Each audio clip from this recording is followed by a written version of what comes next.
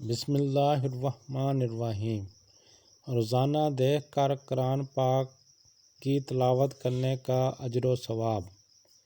ایک ادب یہ ہے کہ قرآن پاک کی روزانہ تلاوت کی جائے۔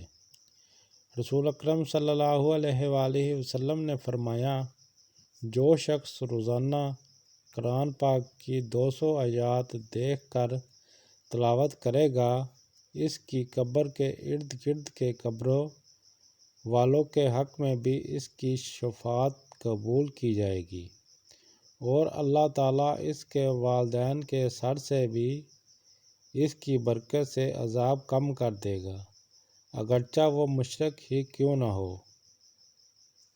ویڈیو اچھی لگی ہو تو چینل سبسکرائب کریں اور اس ویڈیو کو صدقہ جاریہ سمجھ کر آگے شیئر کریں۔